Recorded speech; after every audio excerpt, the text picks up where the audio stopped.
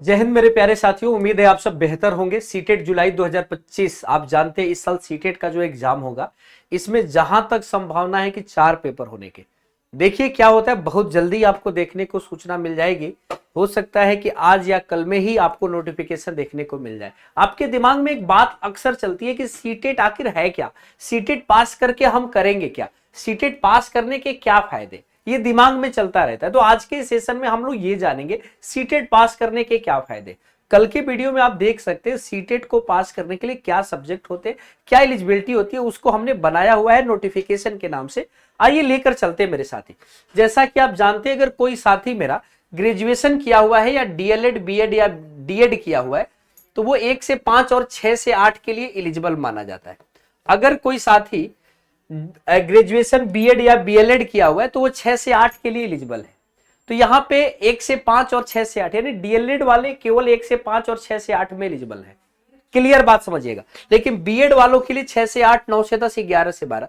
BEd वाले कहीं भी एक तरह से देखा जाए तो प्राइमरी के लिए एलिजिबल नहीं है। एनसीटीई इसी बार वो नोटिस निकाल के 24 में आपको अलग किया हुआ था।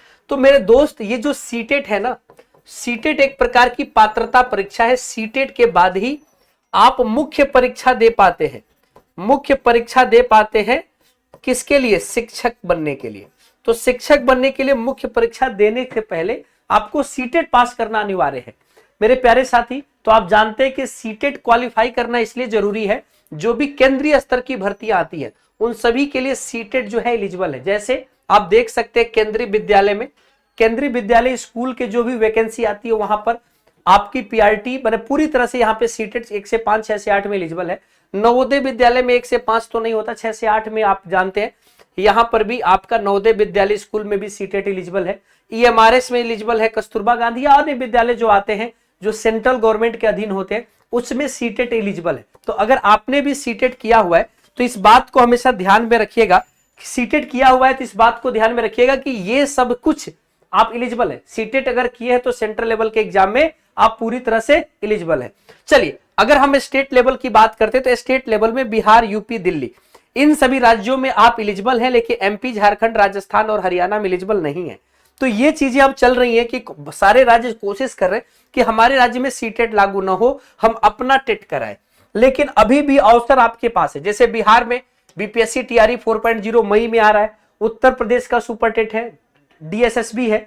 इस तरह के एग्जाम में अभी भी आपका सीटेट एलिजिबल है। तो इन राज्यों में अगर शिक्षक बनने के चांस है, शिक्षक बनना चाहते हैं तो आप सीटेट से आप एग्जाम दे सकते हैं। इसके अलावा भी आप केंद्रीय विद्यालय, नवोदय विद्यालय, ईएमआरएस या कस्तूरबा गांधी, यानी एक मार्कशीट इतने जगह पे शिक्षक बनने के लिए क्या दे देगा? एलिजिबल आपको कर देगा।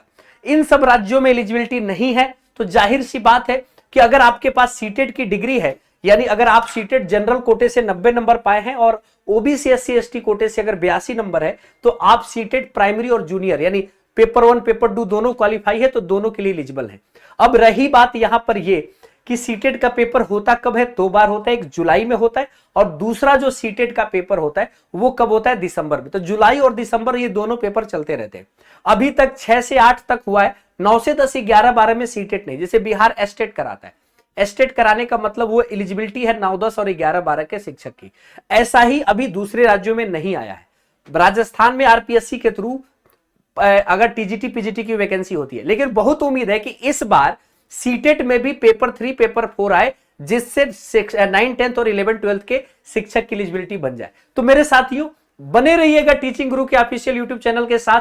हम आपको ऐसे ही आपके योग्य, आपके लिए बेहतरीन जानकारी देते रहेंगे। अगर आपको ये वीडियो पसंद आया तो वीडियो को लाइक कीजिएगा, चैनल को सब्सक्राइब कीजिएगा, दोस्तों में शेयर कीजिएगा।